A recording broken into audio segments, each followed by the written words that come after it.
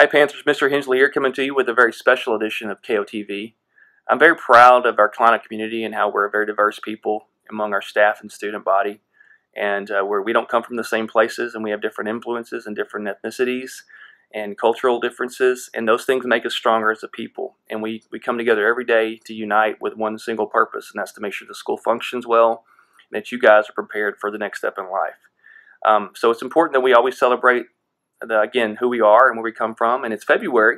With that, we celebrate Black History Month here at Klein Oak High School, and with that, we'd like you guys to hear from a few students and staff on what that means exactly to those guys. Black History Month began as Black History Week by Carter G. Woodson in 1926. It became Black History Month in 1976, and it was chosen for the month of February to coincide with Frederick Douglass's birthday and Abraham Lincoln's. This is important because it celebrates part of America's culture. My name is Robert Jordan. I'm one of the assistant principals here at Klein Oak, and I always talk to my students, the senior boys, the class of 2018, about educational opportunities and what type of legacy are you going to leave behind for your family. This picture that I have here is a representation of what I call legacy. This picture is a group of the first African-American students who attended the University of Texas. This gentleman on the far left, it happens to be my Uncle Willie, and he was one of the first African Americans to finish from the University of Texas, but he was also the first African American to finish with a degree in architecture. He's had a very successful career since that time. So his legacy lives through me every day here at this school, being the best I can possibly be and taking advantage of an opportunity that was afforded to me. That he and his classmates had to go through a lot of things during that time. They made some sacrifices for us.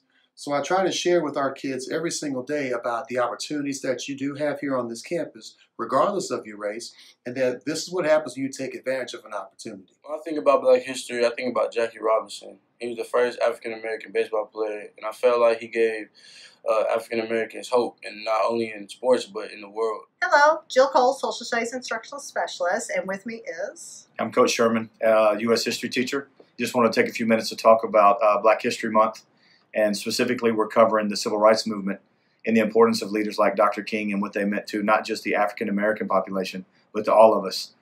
Going through the Civil Rights Movement, we put together a gallery walk of other significant leaders that were inspired by Dr. King that's going to lead to other movements to follow. In the gallery walk that we did in our U.S. history classes, we had 4 different types of groups that we had our students look at. They looked at the Hispanic movement, kind of the Chicano and the Euro movements of that time period. We had the women's movement, the American Indians, and also we had affirmative action. And all these movements were successful because the African American movement had shown such success.